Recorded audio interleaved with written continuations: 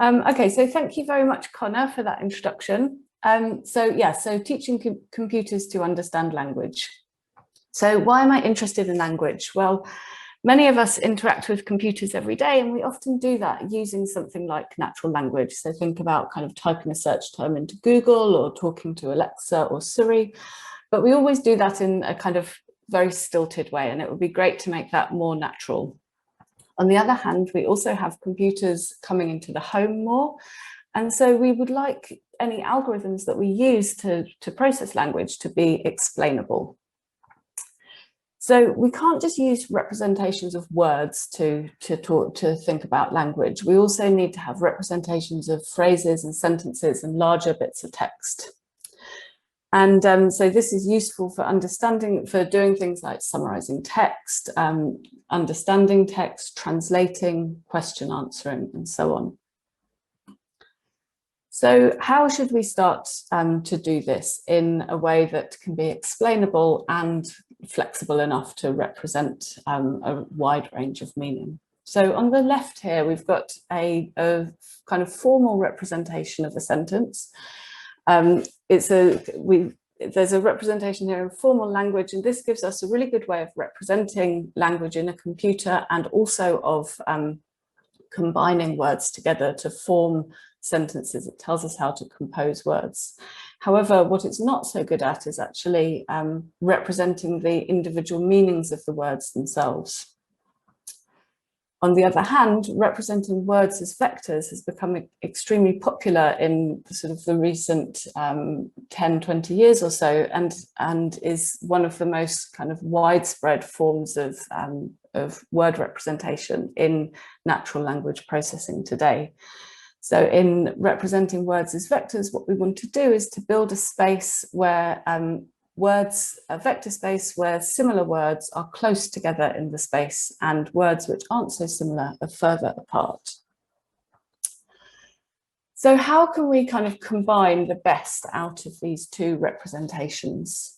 So on the one hand, we want to have the kind of explainability and the compositionality of the formal methods like this. But we also want the flexibility and the adaptability of the kind of vector-based expressions. We have a method where we essentially form a mapping from this grammatical structure, and then we can plug the vector-based representations into the top, and this tells us how to compose the vector-based representations and give us back just a single sentence representation here. Now, this has been applied in lots of different ways. So we've looked at, for example, sentence similarity, building definitions for words. We've looked at links between this method and deep neural networks. And then we've also started looking at more complex forms of meaning. So we have lexical ambiguity down here. And we can also look at kind of putting structure into meaning as well, so into word meanings. So representing this kind of hierarchy of meanings that we have in word representations. And this then allows us to kind of use that structure to then start looking at inference and entailment in natural language. So I said word to sentence and beyond, and there is of course like masses to do still here.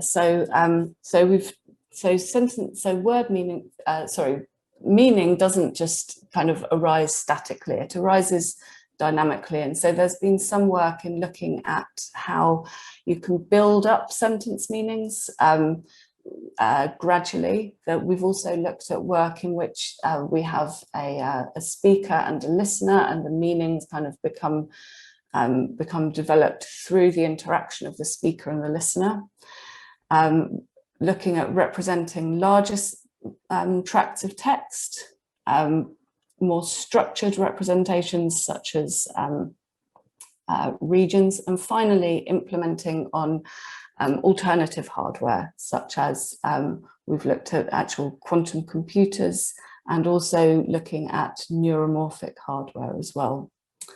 Okay, so thank you very much for listening. And if anyone's interested to talk to me, please contact me on the email address below. Thank you. That was great, Martha. So why do you think quantum computers would be particularly suitable for language? Oh, yes, sorry, I was rushing because I saw the the end of time. So actually the theory that the original theory that this is built from here is built from the same